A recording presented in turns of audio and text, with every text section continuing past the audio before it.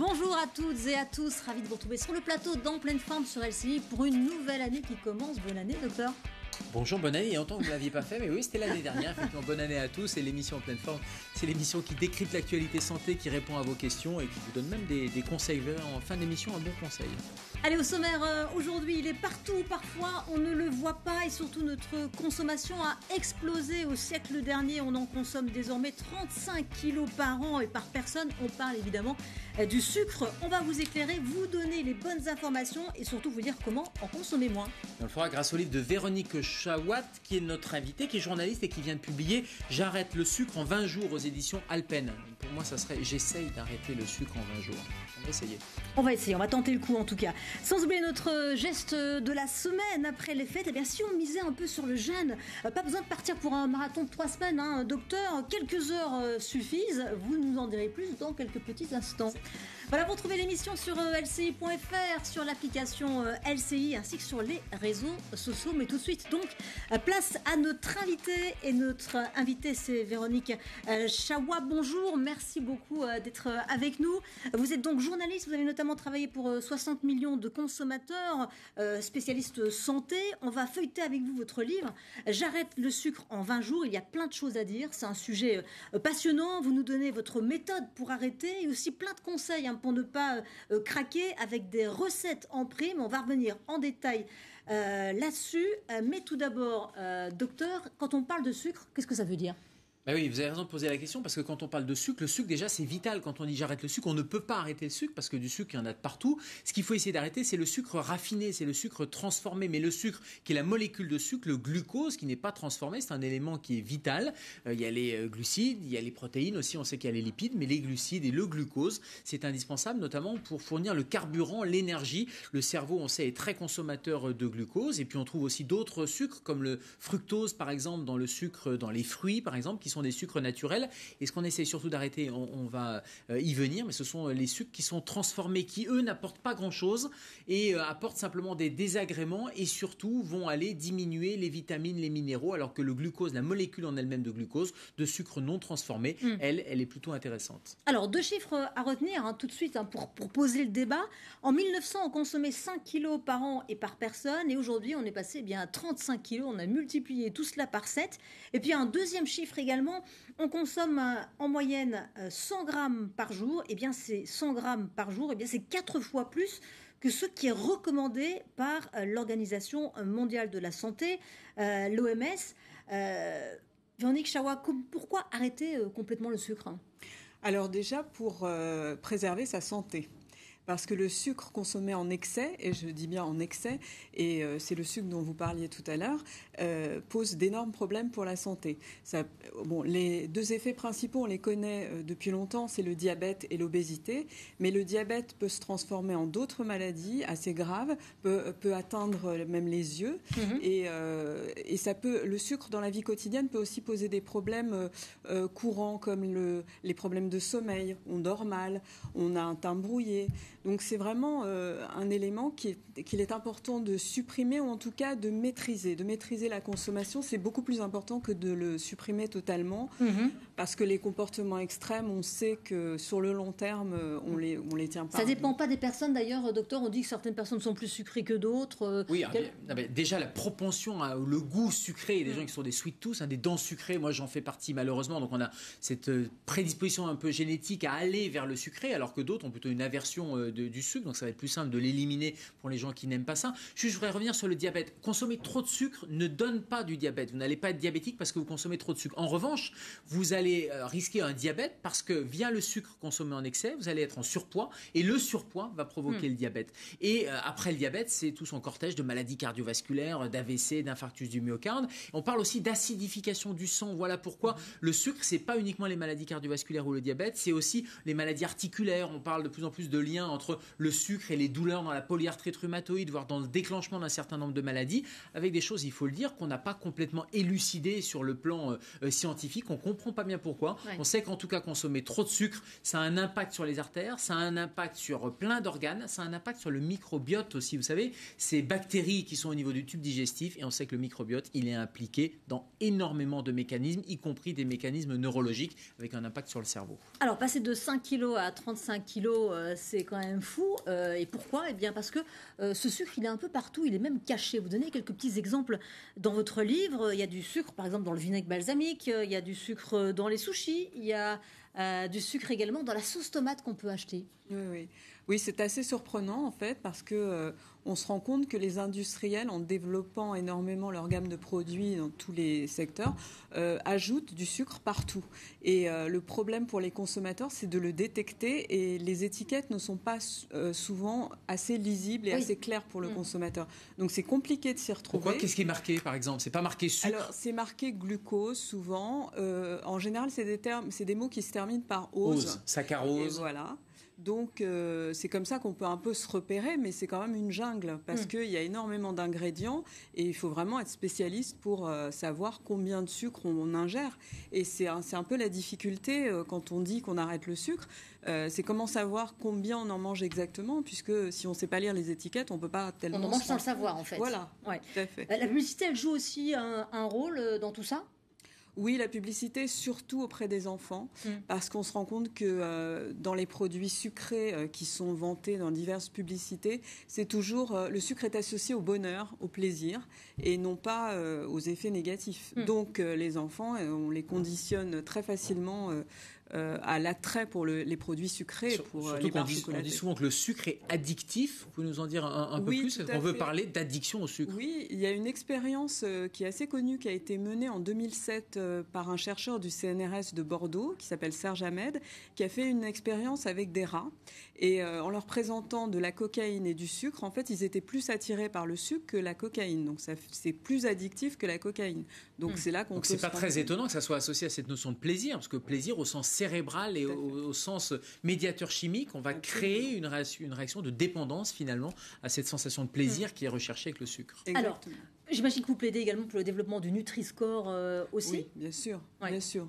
Qui permettrait effectivement d'éclairer un peu plus aussi on rappelle le Nutri-Score, c'est ce score chiffré, puis sous forme de code, enfin chiffré, des lettres A, B, C, D et des codes couleurs. Un vert, c'est un produit qui est sain pour la santé, jusqu'au rouge, qui est un produit, alors non pas dangereux ou malsain s'il est pris en trop grande quantité, puisqu'il n'est pas question dans votre livre d'interdire complètement, mais de raisonner sa consommation. Alors, vous avez élaboré un programme spécifique en 20 jours. 20 jours, c'est rapide pour se détacher du sucre. Ça consiste en quoi ce programme ? Alors c'est un programme qui se base sur plusieurs axes. Il y a l'aspect aussi psychologique, parce que souvent, moi j'ai remarqué en interrogeant tous les spécialistes, que ce soit des médecins en médecine classique ou des médecins des médecins qui ne sont pas des médecins, des naturopathes on va dire. De médecine complémentaire. Voilà.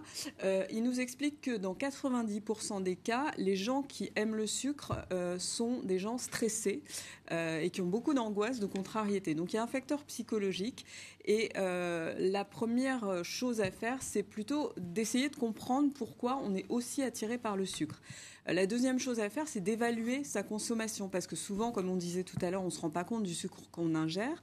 Donc tant qu'on n'a pas évalué sa consommation... Pour réaliser, pour pouvoir agir, effectivement. Exactement. Donc moi, ce que je propose parmi les conseils que je donne, c'est d'essayer de tenir un petit carnet de bord et de savoir à la fin de la journée combien on a ingéré de sucre et de voir ça sur une semaine et d'essayer la semaine d'après de diviser les doses par 2. Par exemple, si on sucre son café, on met 2 sucres. La semaine d'après, on essaye d'en mettre 1. Et c'est progressivement qu'on va se déshabituer du goût du sucre. C'est une cure de désintoxication. Voilà, tout à fait.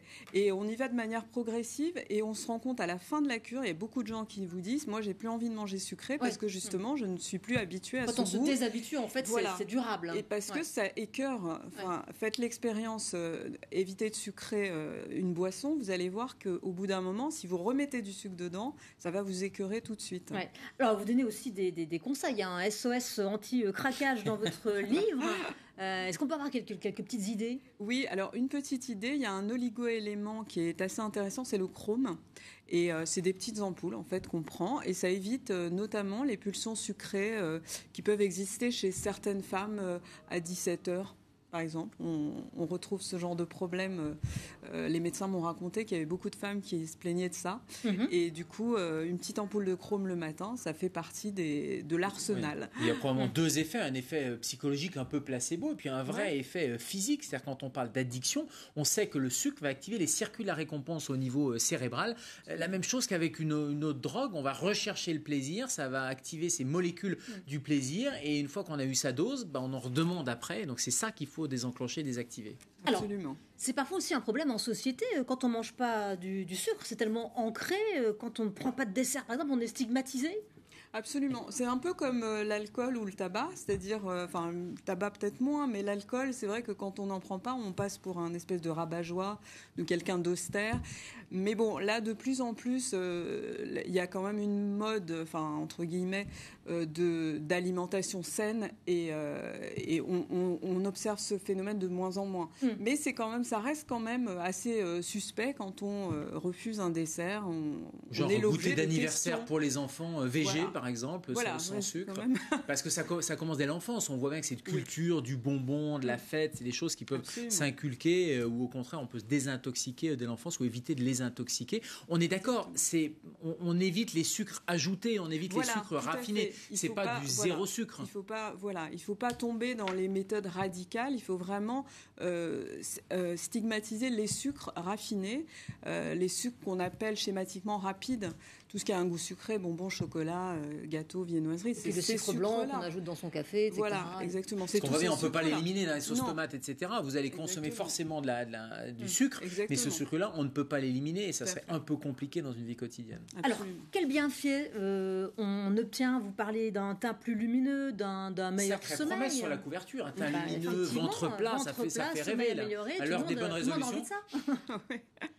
Oui, alors, écoutez, le teint lumineux, on l'observe parce que le sucre consommé en excès, et on parle toujours du sucre raffiné, ça accentue les rides, ça accélère le vieillissement de la peau. Chez les adolescents, ça provoque de l'acné souvent.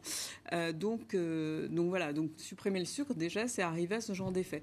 Ça a des effets aussi sur le sommeil, sur l'énergie. On se sent moins fatigué. Consommer du sucre, ça provoque de la fatigue. Et donc, c'est tous ces effets qui sont constatés chez les gens qui suppriment ou qui diminuent. Et ça, c'est validé médicalement. Oui, sur la fatigue, c'est intéressant parce qu'il y a un mécanisme très simple. Quand vous consommez du sucre, vous avez un pic d'insuline. L'insuline, c'est l'hormone qui est là pour faire diminuer le taux de sucre. Donc, vous consommez du sucre, vous allez faire un pic insulinique et puis derrière, la glycémie va redescendre. C'est là où vous avez le coup de fatigue derrière. Donc, à très court terme, ça, c'est effectivement prouvé. Mais à moyen terme, ce teint lumineux, ce regain d'énergie, ça, on n'a pas d'explication rationnelle, mais on peut que constater que c'est quand même la réalité. Alors, comment on fait avec les enfants pour les détourner du sucre? C'est pas facile, ça aussi. Alors, les enfants, c'est un des problèmes les plus compliqués. Ce qu'il faut, c'est pas leur interdire le sucre, parce que interdire le sucre, ça veut dire que ça peut plus tard provoquer des troubles du comportement alimentaire, puisqu'ils vont être dans la frustration. Et puis quand on a des petits copains, quand on est invité à un goûter et puis qu'on voit tous les enfants manger du sucre, c'est quand même difficile de les isoler et de leur dire de ne pas manger de sucre. Donc c'est plutôt leur apprendre, leur parler, les éduquer comme on leur apprend à traverser la rue correctement. On va leur apprendre à manger correctement, donc à non pas supprimer le sucre, mais leur expliquer qu'il faut limiter le sucre et pourquoi. C'est-à-dire que on va leur expliquer que ça sera moins de visites chez le dentiste, moins de visites chez le médecin, que ça peut faire mal au ventre, etc. Et je pense qu'ils peuvent comprendre. Oui. Et ce qu'on peut faire aussi, c'est remplacer les produits sucrés par des choses très simples, du pain, du chocolat, des fruits. Ça ne demande pas de préparation et ça permet d'avoir des goûters sains. Oui, c'est meilleur que les bonbons, effectivement, même si ça contient du sucre, mais d'autres sucres différents. Absolument. Et d'ailleurs, il y a des idées recettes dans votre livre. Il y en a plein. On apprend qu'on peut manger des poires baleines avec du chocolat noir. Donc c'est super bon ça. Et donc ça, c'est tout à fait le chocolat acceptable. Noir, à 70%, par exemple, ça contient du cacao. Le cacao contient du magnésium. Donc c'est pas très grave si on se fait ce petit plaisir de temps en temps. Et ça permet justement de tenir sur le long terme et de ne pas être frustré. Ce qui est terrible finalement, c'est le réflexe qu'on a. Vous prenez votre café, vous allez rajouter un sucre ou deux, c'est même pas par goût sucré ou c'est vraiment par addiction, c'est un réflexe, il n'y a même plus cette notion de plaisir. Ce que vous proposez, c'est de retrouver un peu le geste conscient et donc du coup, je me fais ma poire baleine avec du chocolat, mais j'ai le plaisir et je suis conscient de chocolat ce plaisir noir, que je me fais. Je vais pas préciser tout à l'heure, mais c'était chocolat noir. Chocolat blanc, chocolat au lait, c'est même pas du chocolat pour les puristes. Oui, en tout cas, est-ce qu'il faut avoir quelque chose dans son placard pour nous aider aussi, hein. Je vois qu'il y a beaucoup de stevia. Oui, alors la stevia est un substitut de sucre qui est intéressant parce que c'est un sucre naturel, mais attention, beaucoup de produits comportent des ajouts et ça revient en fait à un édulcorant chimique classique. Donc il faut faire attention sur les étiquettes à choisir de la stevia naturelle. Alors évidemment, là, il faut aussi privilégier le bon sens, hein. On ne va pas se bourrer de stevia et en mettre partout systématiquement, mais ça permet de remplacer le sucre de façon avantageuse. En nutrition, c'est la dose qui fait le poison. Exactement, une bonne formule. Allez, merci beaucoup en tout cas d'être venu sur le plateau dans Pleine Forme et je renvoie évidemment à votre livre plein de bonnes résolutions pour cette nouvelle année. J'arrête le sucre en 20 jours, c'est aux éditions Alpen. Merci beaucoup. On passe à notre geste santé à présent. On arrête le sucre et si on arrêtait aussi tout simplement de manger. Alors pendant un tout petit moment seulement, c'est notre défi de la semaine, c'est notre geste après cette période de fête, un geste pas spécialement difficile, hein, mais qui peut nous faire un grand bien, docteur. Quand on parle de jeûne, souvent on pense à quelque chose de terrible, de long, mais ce n'est pas forcément de cela dont on parle. Non, il y a deux types de jeûnes qui peuvent être intéressants. Alors l'idée, c'est de pas priver, c'est de pas être en frustration non plus, parce qu'on sait très bien que le corps, il va y avoir l'effet yo-yo. Si vous vous frustrez, vous avez faim, eh bien vous allez vous gaver et reprendre en termes de poids. En revanche, deux types de jeûnes intéressants. Un, le jeûne intermittent. Par exemple, vous allez manger le soir à 19h, 20h, et puis pendant 16h, vous n'allez pas manger. Ça veut dire, la nuit, évidemment, vous ne mangez pas. Le petit déjeuner, vous sautez le petit déjeuner, et puis vous allez prendre votre repas à midi ou 13h. Ça permet de mettre votre tube digestif au repos pendant 16 heures et de reconstituer un peu, d'aller taper dans les réserves, reconstituer un équilibre, de laisser son organisme un peu gérer cette pénurie alimentaire et en tout cas c'est très bon. Un petit peu quand même parce qu'il y a le ventre qui va forcément... Vous allez voir au début ça va peut-être être un petit peu difficile parce que vous êtes conditionné pour manger mais après vous prendrez beaucoup de plaisir, vous regagnerez aussi en termes d'énergie. Et puis le deuxième type de jeûne qui est intéressant c'est pourquoi pas faire un jeûne de 24 heures par exemple le vendredi ou le samedi. Alors, effectivement il ne faut pas le faire quand vous avez une grosse activité professionnelle ou physique mais plutôt en fin de semaine ou le samedi, ça peut être une très bonne idée. Alors, certains préconisent au changement de saison, par exemple. Comme ça fait 4 fois par an. Mais d'autres préconisent de manière plus resserrée, par exemple, une fois par semaine, d'avoir juste un jeûne ou alors une diète mono-aliment avec simplement de l'hydratation, parce qu'il faut quand même s'hydrater pendant 24 heures. C'est plutôt quelque chose de pas mal. Je ne parle absolument pas des jeûnes qui durent plus longtemps et qui là doivent être faits sous contrôle médical strict. Voilà pour ces conseils de début d'année. Merci beaucoup, docteur. N'oubliez pas, vous pouvez retrouver l'émission en replay sur lci.fr, sur l'application LCI, sur les réseaux sociaux. On se retrouve le week-end prochain pour un nouvel épisode dans Pleine Forme. Et d'ici là, très très belle semaine à tous. Merci beaucoup, docteur. Merci, portez-vous bien et restez en pleine forme.